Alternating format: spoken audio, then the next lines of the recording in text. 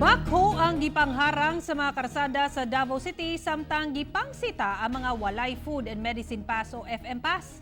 Atong sayro ng dugang detalye ni ini pinagi sa live report ni Jandy Esteban. Jandy. Yes, Sara, pipila ka mga dalan din sa Davao City ang gipamutangan na og bakho ug ubad pang heavy equipment isip roadblock aron makontrol ang movement sa mga sakyanan. Samtang ang mga walay FM pass gipangsita. Nasita kining taxi driver sa checkpoint sa Agdao, Davao City. Dihang nakita nga tulo ang pasahero niini. Base sa enhanced community quarantine guidelines sa syudad, duha lang ang pwede makasakay sa taxi ug dapat nakalingkod sa likod. Busa gipadaog ang usa ka pasahero. Sobra ni. Tingnan ti mo Juan, kuano isa sa likod. Mawali ka dito. Ha? Mawali ka dito. Dili, ang likod kuan isa. Ano ba? Sige, isa mo yung now. Eh, ma-traffic kita. Nagkuhan, ayan na lang.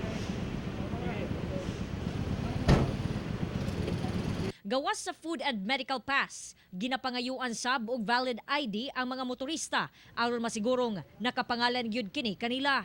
Moingon sila nga nalimtan daw niya. Ingnon po na mo nga hapit na ta mahuman ba. Wag yapon kakakuhag.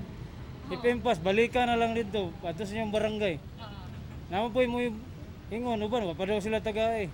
Inay tangkidigira ang unang gustong ibutang ni Mayor Sara Duterte sa kadalanan, bakho na lang aron maharang ang mga motoristang nagasupak sa ECQ.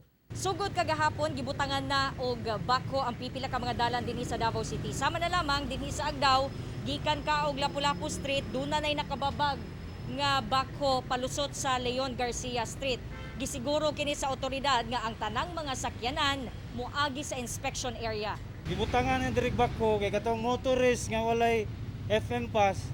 Ginapabalik na mo sa agi. Diri man sila mo agi. So katong naanang bakho dire, mapugos gid sila balik.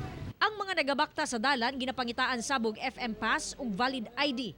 Kining babae gisita kay walay FM pass. Asa day mong kuhan, ma'am? Wala day ka nakadala?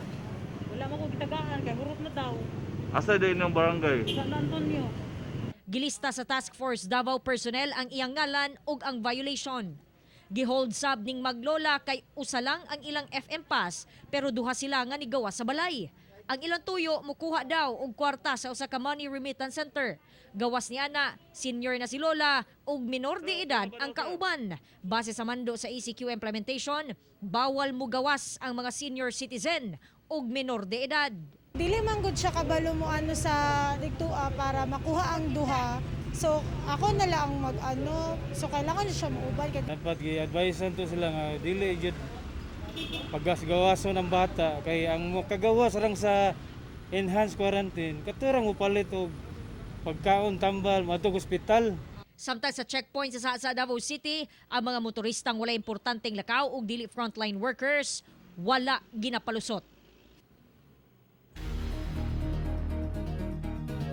Sara, mihangyo usab no ang otoridad ngadto sa mga motorista nga una makaabot sa checkpoints iandam na nila ang ilahang mga food and medical pass ingon man valid ID kay ang nahitabo manggod sa maani nga mga mga motorcycle riders nga naa pa sa U-box pangitaon pa so ang resulta mutaas ang linya sa mga sakyanan. Busa unta daw iandam na daan ang ilahang mga FM pass ug valid ID aron paspas ang pag-inspect. Sara. Okay, daghang salamat, Jandy Esteban.